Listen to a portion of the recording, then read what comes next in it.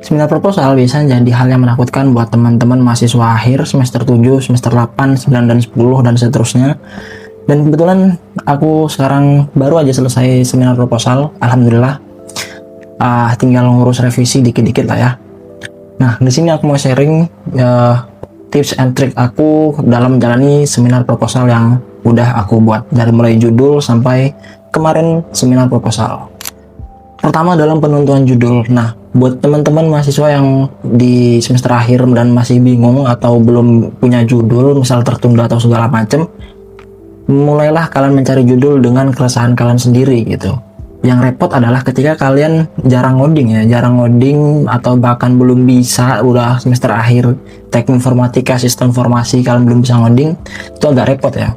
Karena nanti bakalan susah untuk mencari judul yang mudah gitu. Aku sendiri nyari judul itu sesuai dengan keresahanku sendiri. Jadi judulku sekarang adalah rancang bangun sistem rekomendasi database ya. Jadi aku sendiri berangkat dari keresahanku yang mana ketika aku ngoding, aku kesulitan untuk mencoba membuat database yang terstruktur dengan baik gitu. Aku bingung gimana sih menentukan database itu yang baik dan benar gitu loh. Soalnya dalam beberapa kali kasus aku bikin aplikasi website itu, beberapa kali salah di tengah-tengah ngoding gitu ya, di tengah-tengah bikin logic aplikasi yang akhirnya aku buat ulang lagi, terus ngoding lagi, salah lagi, putar lagi. Nah, jadi itu hal yang bikin jengkel lah, bikin capek karena kerja berulang kali gitu. Setelah aku cari-cari, ternyata ada nama tekniknya, yaitu teknik normalisasi database. Dan aku lihat-lihat, dan aku cari-cari juga tools untuk cek normalisasi database, ternyata belum banyak gitu. Nah, jadi itu aku angkat sebagai skripsiku gitu. Jadi ada tools untuk ngecek database yang sudah dibuat sebelumnya gitu, apakah sudah ternormalisasi atau sudah terstruktur dengan baik atau belum. Jadi itu sih, berangkat dari keresahan diri sendiri dulu. Nah, tinggal kalian punya keresahan apa di sekitar kalian, gak usah jauh-jauh, di sekitar kalian aja dulu gitu. Berangkat dari keresahan kalian sendiri. Kalau misalnya nggak ada, kalian coba tanya teman kalian, tanya orang tua kalian, tanya orang yang punya usaha, dia butuh aplikasi seperti apa, kita bisa buatkan dan bisa kita buatkan skripsi untuk kita sendiri, dan juga bisa buat di seseorang itu untuk kita jadikan aplikasinya. Jadi ada simbiosis mutualisme ya, saling menguntungkan. Kita bikin skripsi, beliau dapat aplikasinya kayak gitu. Jadi berangkat dari keresahan sendiri atau orang di sekitar kita. Nah, yang kedua di fase penulisan bab 1, bab 2, dan bab 3. Di bab 1 itu, nah, karena aku di teknik informatika ya, jadi aku tuh jarang banget sebenarnya nulis laporan bab 1, bab 2 kayak gitu, laporan yang formal lah ya, laporan yang resmi itu aku jarang banget tulis kayak gitu. Apalagi di semester 5 dan 6 dimana ada penulisan ilmiah itu dan mata kuliah metodologi penelitian, aku itu sambil magang gitu, jadi agak repot ya. Aku agak bingung untuk nulis bab 1, bab 2, bab 3 dan benar tuh gimana. Alhasil aku coba untuk tulis sebisa aku aja dulu. Jadi ternyata ada tips kalau misalnya kita nulis itu jangan cari referensinya dulu, tapi kita tulis aja dulu sebisa kita. Tulis apa aja yang kita mau tulis, mau kita tuangkan ke dalam tulisan, tulis aja dulu.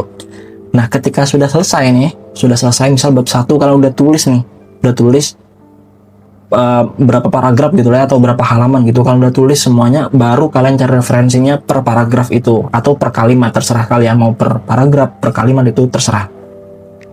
Nah, dari situ ternyata aku bisa untuk nulis bab 1. Dari itu berangkat dari bab 1 dulu. Aku bisa nulis di bab 1. Ternyata ya itu pakai tips tadi, aku tulis dulu semuanya dari awal sampai selesai, baru aku cari referensinya. Aku pakai citasinya pakai Zotero. Kalau teman-teman pakai juga enak karena bisa langsung screenshot ya dari websitenya. Terus penulisan bab 1, bab 2 itu kita nyari tinjauan pustaka ya, kita nyari pengertian teori-teori dari penelitian terdahulu. Kemudian aku juga pakai algoritma. Di bab 2 nya aku tuliskan secara lengkap dan detail metode apa yang aku gunakan dan pengujiannya apa aja dan segala macam, metode berpikir, kerangka berpikir dan lain-lain. Kemudian masuk ke bab 3. Di bab 3 ini menuliskan metode pengembangan sistemnya nanti bagaimana, lebih didetailkan di situ. Jadi aku pakainya metode agile karena aku pikir ketika bangun aplikasi yang akan aku bangun ini lebih cocok untuk pakai agile gitu, karena ada iteratif di situ. Jadi kalau salah tuh bisa diulangi lagi gitu. Aku pakai agile dan akhirnya selesai dalam waktu 2 bulan lah ya, sekitar 2 bulanan lebih. Dan dalam waktu 2 bulan aku bisa menyelesaikan. Tipsnya ketika kalian mau mendekati Sempro pengajuan judul, kalian harus minimal banget seminggu sekali itu tetap bimbingan. Apapun progres kalian harus bimbingan, karena kalau misalnya kalian udah telat bimbingan, misal kalian udah telat seminggu ini nggak bimbingan, minggu depan nggak bimbingan, itu kalian bakal ketinggalan jauh sama teman-teman kalian. Kalau misalnya kalian mau bareng atau lebih cepat, kalian bisa minimal seminggu sekali bimbingan kayak gitu. Jadi setelah bimbingan aku ngajuin seminar proposal, ngurus segala macem bla bla bla, udah selesai. Akhirnya seminar proposal, dan kemarin dilakuin secara online jadi lewat Gmeet, seminar proposal bla bla bla selesai dan revisi kayak gitu. Jadi sebenarnya kalau menurutku ya, seminar proposal itu nggak terlalu sulit. Yang penting rancangan kita ke depan dalam penelitian itu tersusun dengan rapi dan baik ya. Mungkin kesulitannya di penulisan sih kalau aku di penulisan, karena aku belum terlalu mengerti banyak di penulisan, jadi aku perlu banyak belajar di situ. Tapi kalau semisal untuk rancangan aplikasi, aku udah lumayan paham lah ya situ.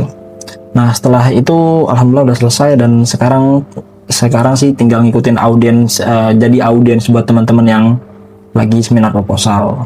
Nah rencana ke depan sih aku bakalan ngelakuin penelitian dulu, sambil fokus penelitian aku sambil ngonten di YouTube juga, di YouTube dan di Instagram, di sosial media lah ya, kayak gitu. Oke, mungkin itu video yang bisa aku share ke teman-teman. Semoga bisa bermanfaat buat teman-teman yang mahasiswa akhir sekarang. Kalau misalnya kalian senang dengan video sharing kayak gini, kalian bisa like dan komen lah. Kalian bisa komen mau bahas apa, seputar jurusan teknik informatika kah, atau seputar perkuliahan kah, atau seputar codingan, karena nanti aku juga bakal bikin tutorial seputar coding, atau mungkin sesekali juga main game sih, karena aku juga kadang masih suka main game ya. Oke, terima kasih, bye.